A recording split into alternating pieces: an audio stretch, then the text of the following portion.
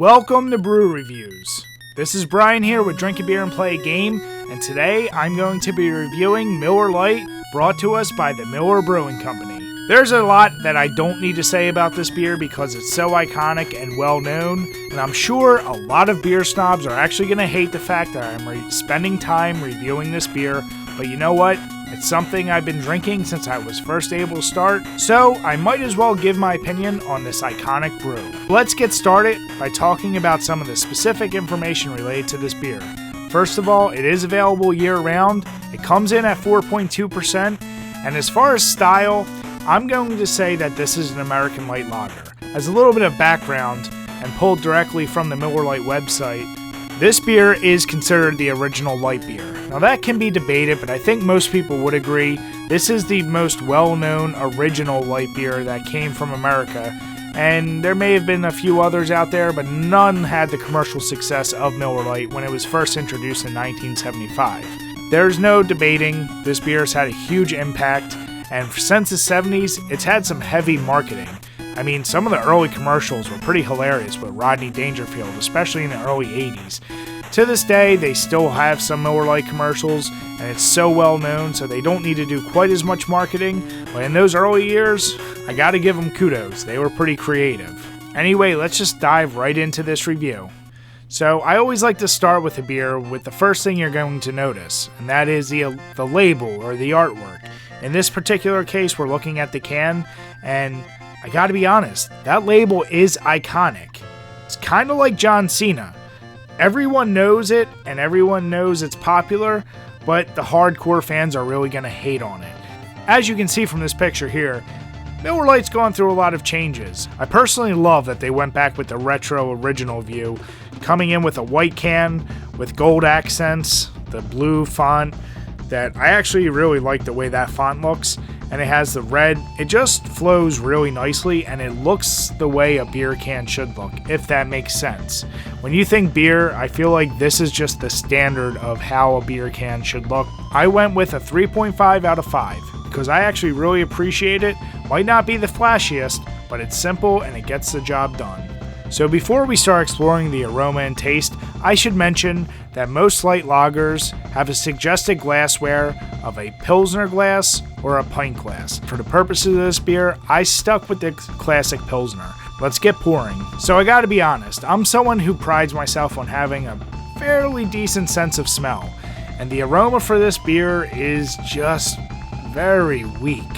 What you will get from this beer primarily is going to be the scent of corn. Now this is very common with a lot of American lagers, especially the light lagers, but this beer is just overpowered with that smell of corn. So it really comes off as really sweet. However, you might pick up on some of the hops because you'll get a tiny bit of the spiciness, almost like pepper. Other than that, the beer does lose its aromatic attributes really fast. So I could only give it a 1 out of 5. There is something just barely there, but it's not anything that's enticing or really draws you into the beer. The taste, once again, although this beer is iconic, so is the fact that it lacks a lot of flavor. The main flavor you will get is going to be the corn. There is that tiny tinge of hops, but for the most part, you're not getting much out of this. I will be fair to say that this does offer more flavor than Bud Light or Coors Light, but that's not really saying much. Any experienced beer drinker knows that there's a lot of better options out there, so I could only give it 1.5 out of 5. Some people may think that's too high, some may think it's too low.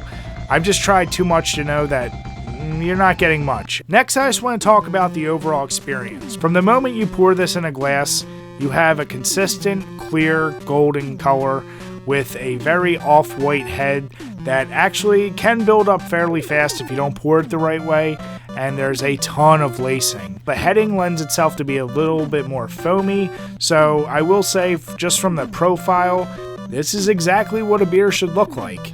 And then when you're actually drinking this, I gotta be honest, these beers go down really easy, and obviously that's the whole point. It's a session beer, it's a party beer, it's a beer that you're gonna drink in volume, not for specific quality.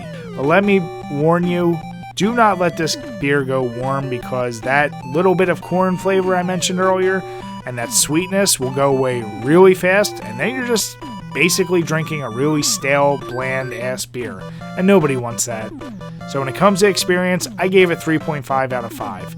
This is definitely above average, and any beer that lends itself to drinking more than 5 or 6 in one sitting without fully filling you up or making you feel like garbage, I gotta give it points. Overall, this is a beer that I feel most people are way too hard on, especially because it has such commercial success. It's not the worst beer out there, but of course if you stack it up to most craft beers, it's not even going to hold a candle to it. So just trying to take that bias out of it, I came in at about a 2.5 out of 5. It's a standard beer. If it's a really hot day or I'm at a party, I am absolutely fine drinking this. And you know what? If I have a bunch left over from any parties that I have, there's no problem if you're just not in the mood to drink heavy to just pick one of these up and drink it. So when I combined all my drunken math, my total adjusted score for Miller Lite, it comes in at a 2.1.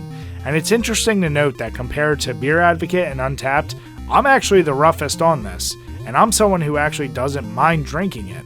I guess most people aren't going to really dive deep into a beer like this, so I can expect to be a little bit more critical. However, I'm sure as we'll move on to other brew reviews in the future, I'll probably be way too high compared to these scores, or once again, I'll just continue to be a little bit tougher.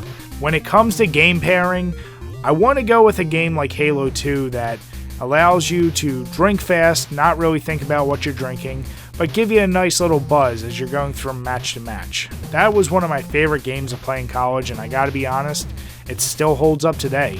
So get yourself a case. If you have a few buddies over, the more the better, and enjoy yourself. But remember to drink your beers and play your games responsibly.